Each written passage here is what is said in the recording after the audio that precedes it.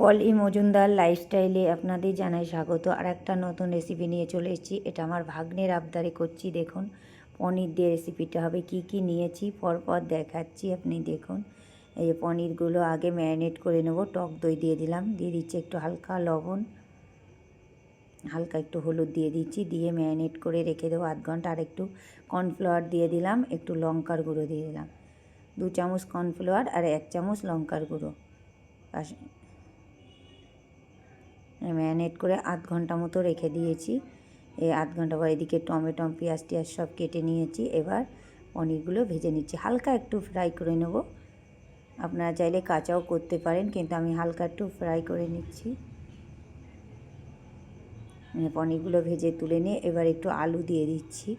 সেই আলুটা ভেজে তুলে নিচ্ছি। লবণ দিয়ে দিলাম, একটু হলুদ দিয়ে দিলাম, দিয়ে হালকা একটু ভেজে নেব। এবার তেলে দিয়ে দিচ্ছি রসুন কুচি, ফোড়নে দিলাম রসুন আর পেঁয়াজ পাতা দিয়ে দিয়েছি। দিয়ে এবার পেঁয়াজ কুচি, ক্যাপসিকাম কুচি, লঙ্কা কুচি সব দিয়ে দিলাম একসাথে। ভাজা হয়ে গেলো একটু, তারপর টমেটো দিয়ে দিলাম।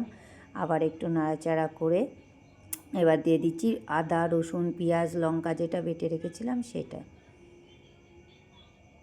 আর স্বাদ মতো লবণ দিয়ে দিচ্ছি, স্বাদ মতো হলুদ দিয়ে দিচ্ছি, আর লঙ্কার গুঁড়ো দিয়ে দিলাম স্বাদ মতো। এবার ভালো করে এটা কষে নেব। ভালো করে দেখুন কষে নিচ্ছি। এবার এদিকে দিয়ে দিচ্ছি, এটা হচ্ছে চিলি সস দিলাম, সোয়া সস দিচ্ছি আর টমেটো সস, তিনটে ভালো করে মিশিয়ে দিয়ে দিলাম এটা। এবার আলুগুলো দিয়ে দিচ্ছি, যে আলুগুলো ভেজে রেখেছিলাম আলুগুলো দিয়ে দিলাম। এবার আরেকটু কষাই নিয়ে ভালো করে কষে নিচ্ছি। দেখুন আলুগুলো দিয়ে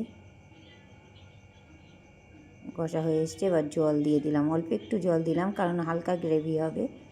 এবার পনিরগুলো দিয়ে এই যে ফুটছে। নামানোর আগে একটু ঘি দিয়ে দিচ্ছি। তরকারিটা হয়ে গেছে, এখন ঘি দিয়ে দিলাম, দিয়ে নামিয়ে সার্ভ করার আগে দেখুন পেঁয়াজ পাতা দিয়ে ডেকোরেশন করে দিয়েছি। কেমন হয়েছে অবশ্যই কমেন্টে জানাবেন।